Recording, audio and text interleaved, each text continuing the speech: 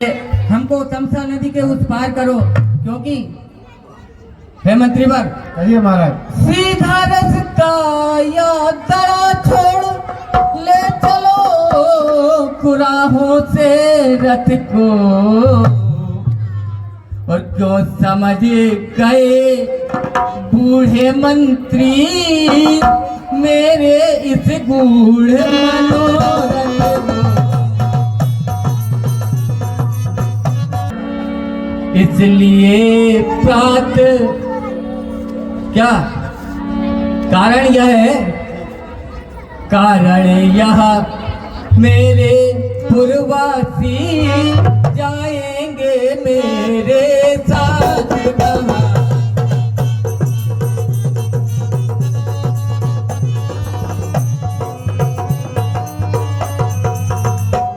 वनवासी और गृहस्थों के होते हैं डेरे साथ कहाँ।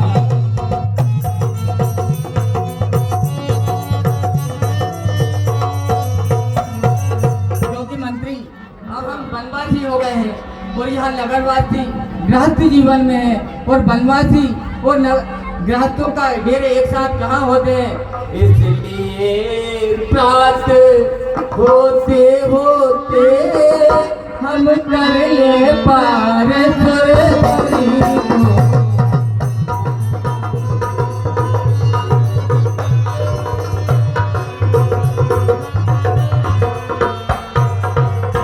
पुरजन उस समय हे मंत्रीवर, पुरजन उस समय विवश होकर जाएंगे कौशल नगरी को।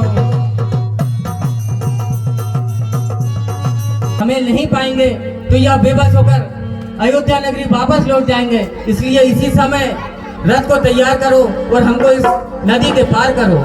हे नाथ, मैं आपका मतलब जान रहा हूँ और आप जो कह रहे हैं वो अच्छा है, लेकिन जो प्रजा हमारे साथ पीछे पीछे आई है, तो यदि हम उनको धोखा दे करके यहाँ से आगे जाएंगे तो नाथ क्या ये प्रजा के साथ अन्याय होगा।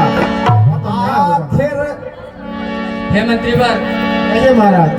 तुम ठीक कह रहे हो, परंतु इच्छा जो राज धर्म की है चाहिए उसी पर जाने।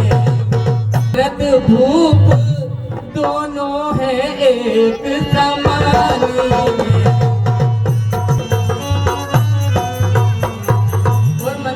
यह मेरे सलेह में, यह मेरे सलेह अनुचित है राम भरत में जो पूर्ववासी भेद निकाल रहे। ये जनों का ध्यान छोड़ इस समय उचित बन जाना है। जनों का ध्यान छोड़ इस समय उचित बन जाना है। कर्तव्य मार्ग से वो डिग जाना कायर और भीर का आना है। इन जनों का ध्यान छोड़ो और इस समय हमारा वन को जाना ही उचित है, और इस आज्ञा से टलना कायर और भीरू का आना है। इसलिए आप रथ इसी समय तैयार करो। जैसे आप जो आप आज्ञा देंगे महाराज, आप मैं उसी को श्रद्धार करूंगा। आखिर रथ लाया सच प्रस्थान करो।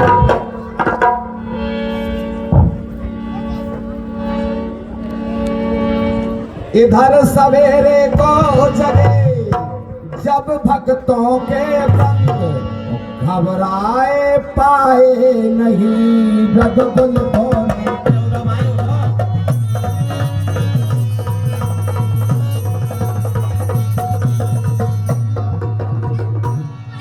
14 बरसों बाद फिर।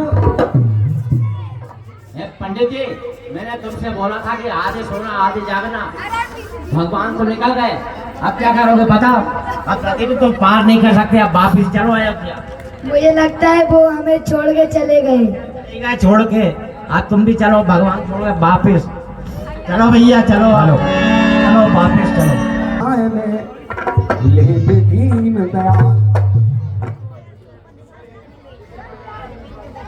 देखा निज साथियों पर जयों दारुण क्लेश, लगन लाल ने तब दिया धीरज का